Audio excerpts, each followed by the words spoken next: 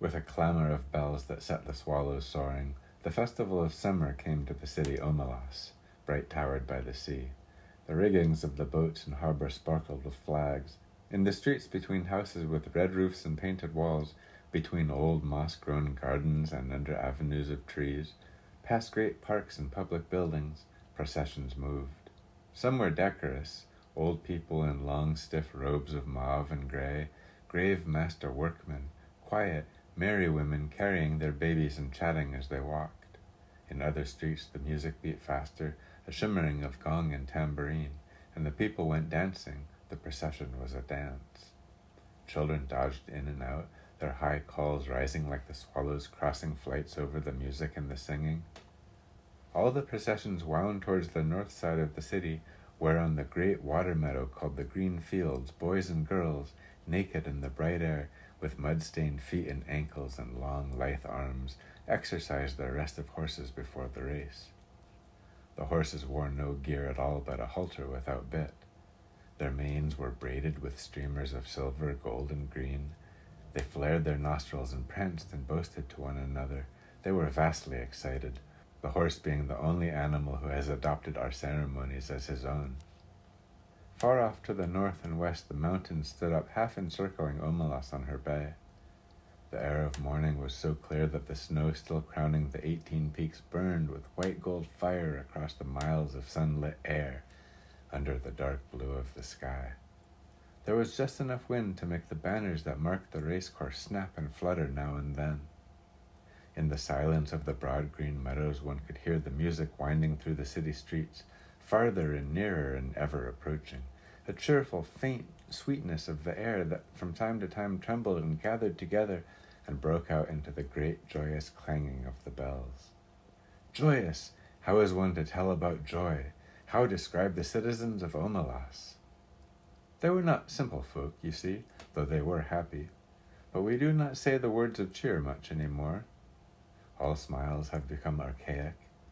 Given a description such as this, one tends to make certain assumptions.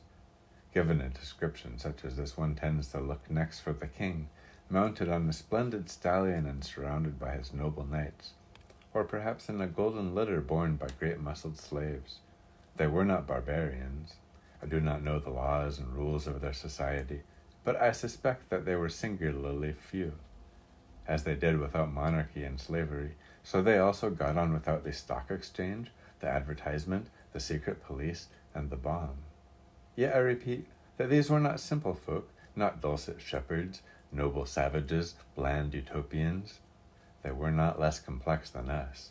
The trouble is that we have a bad habit, encouraged by pedants and sophisticates, of considering happiness as something rather stupid.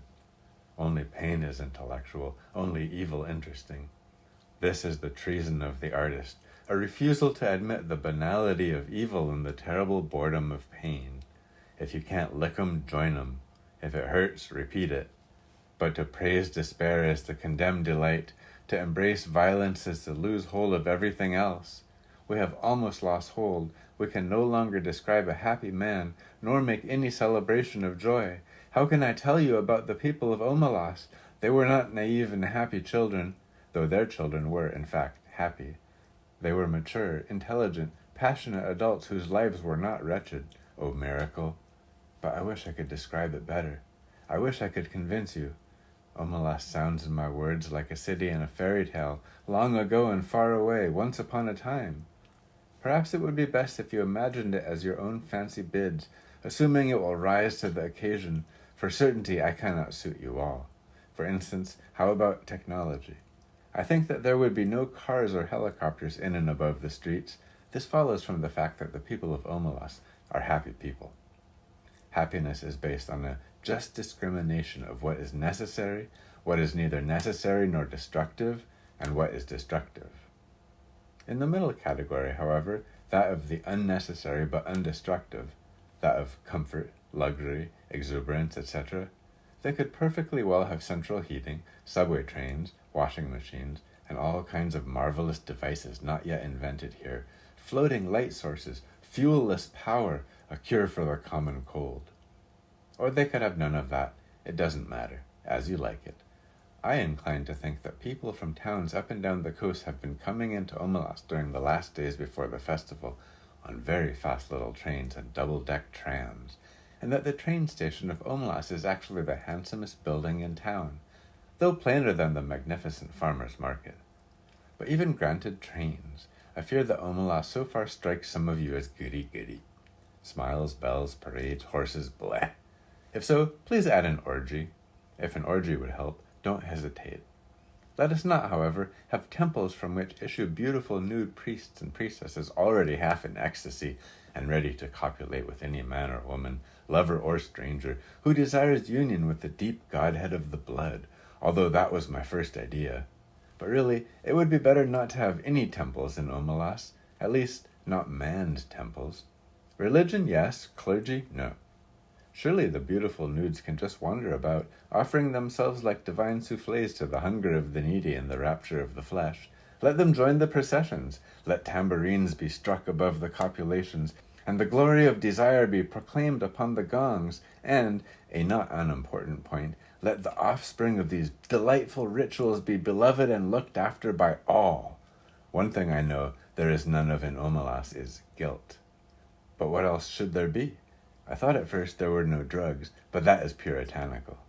For those who like it, the faint, insistent sweetness of druse may perfume the ways of the city, druse which first brings a great lightness and brilliance to the mind and limbs, and then after some hours a dreary languor, and wonderful visions at last of the very arcane and inmost secrets of the universe, as well as exciting the pleasure of sex beyond all belief, and it is not habit-forming. For more modest tastes, I think there ought to be beer. What else? What else belongs in the joyous city? The sense of victory, surely, the celebration of courage. But as we did without clergy, let us do without soldiers. The joy built upon successful slaughter is not the right kind of joy. It will not do. It is fearful, and it is trivial. A boundless and generous contentment, a magnanimous triumph felt not against some outer enemy, but in communion with the finest and fairest in the souls of all men everywhere, and the splendor of the world's summer. That is what swells the hearts of the people of Omelas, and the victory they celebrate is that of life. I really don't think many of them need to take druse. Most of the processions have reached the green fields by now. A marvelous smell of cooking goes forth from the red and blue tents of the provisioners. The faces of small children are amiably sticky. In the benign grey beard of a man, a couple of crumbs of rich pastry are entangled. The youth and girls have mounted their horses and are beginning to group around the starting line of the course. An old woman, small, fat, and laughing, is passing out flowers from a basket, and tall young men wear her flowers in their shining hair. A child of 9 or 10 sits at the edge of the crowd, alone, playing on a wooden flute. People pause to listen, and they smile, but they do not speak to him, for he never ceases playing and never sees them, his dark eyes wholly wrapped in the sweet, thin magic of the tune. He finishes, and slowly lowers his hands holding the wooden flute. As if that little private silence were the signal, all at once a trumpet sounds from the pavilion near the starting line, imperious, melancholy, piercing. The horses rear on their slender legs, and some of them neigh in answer. Sober-faced, the young riders stroke the horses' necks and soothe them, whispering, "Quiet, quiet, there are beauty, my hope." They begin to form in rank along the starting line. The crowds along the racecourse are like a field of grass and flowers in the wind. The festival of summer has begun. Do you believe? Do you accept the festival, the city, the joy? No? Then let me describe one more thing. In a basement under one of the beautiful public buildings of Omelas, or perhaps in the cellar of one of its spacious private homes, there is a room. It has one locked door and no window. A little light seeps in dustily between cracks in the boards, second-hand from a cobwebbed window somewhere across the cellar. In one corner of the little room, a couple of mops, with stiff, clotted, foul-smelling heads, stand near a rusty bucket. The floor is dirt, a little damp to the touch, as cellar dirt usually is. The room is about 3 paces long and 2 wide, a mere broom closet or disused tool room. In the room a child is sitting. It could be a boy or a girl. It looks about 6, but actually is nearly 10. It is feeble-minded. Perhaps it was born defective, or perhaps it has become imbecile through fear, malnutrition, and neglect.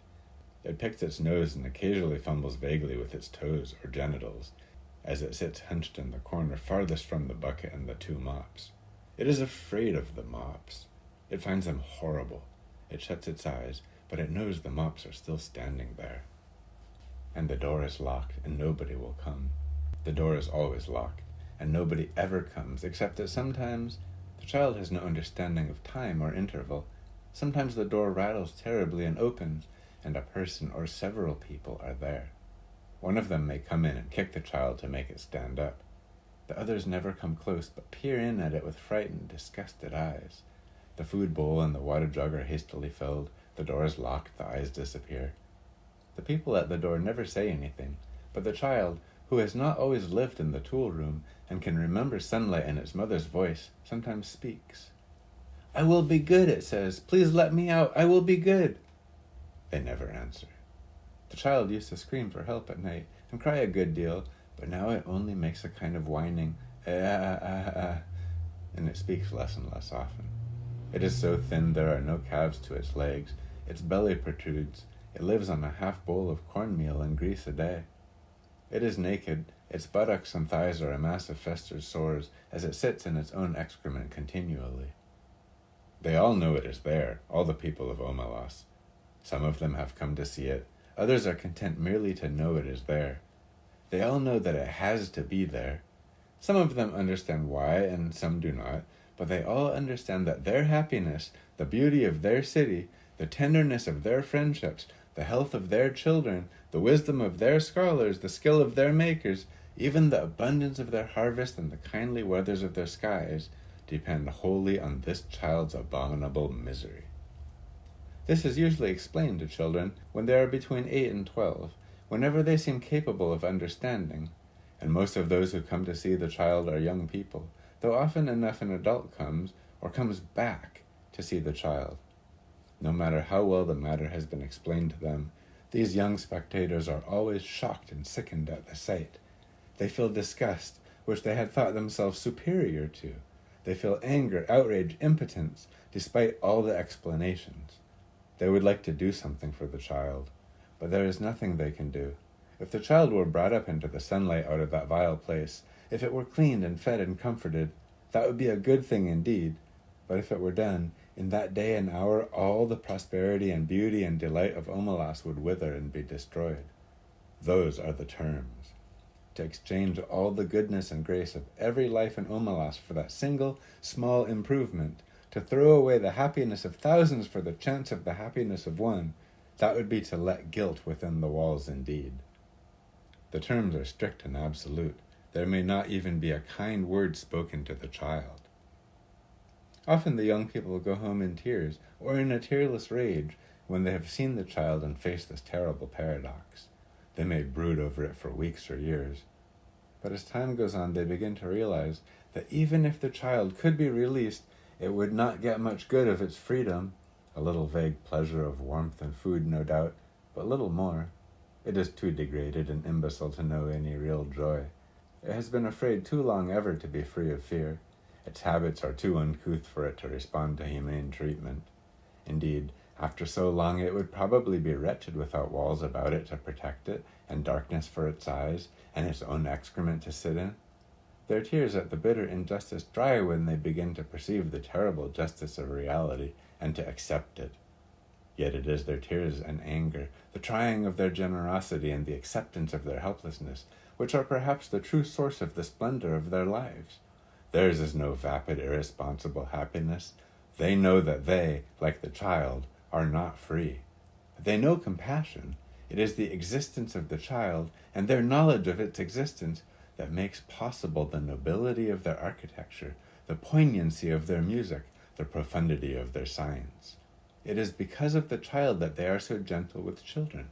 They know that if the wretched ones were not there sniveling in the dark, the other one, the flute player, could make no joyful music, as the young riders line up in their beauty for the race in the sunlight of the first morning of summer. Now do you believe in them? Are they not more credible? But there is one more thing to tell, and this is quite incredible. At times, One of the adolescent boys or girls who go to see the child does not go home to weep and rage, does not in fact go home at all. Sometimes also a man or woman much older falls silent for a day or two, and then leaves home. These people go out into the street and walk down the street alone. They keep walking and walk straight out of the city of Omelas through the beautiful gates. They keep walking across the farmlands of Omelas. Each one goes alone, youth or girl, man or woman. Night falls. The traveler must pass down village streets, between the houses with yellow-lit windows, and on out into the darkness of the fields. Each alone, they go west or north, toward the mountains. They go on. They leave Omelas, they walk ahead into the darkness, and they do not come back. The place they go towards is a place even less imaginable to most of us than the city of happiness. I cannot describe it at all. It is possible that it does not exist, but they seem to know where they're going, the ones who walk away from Omelas.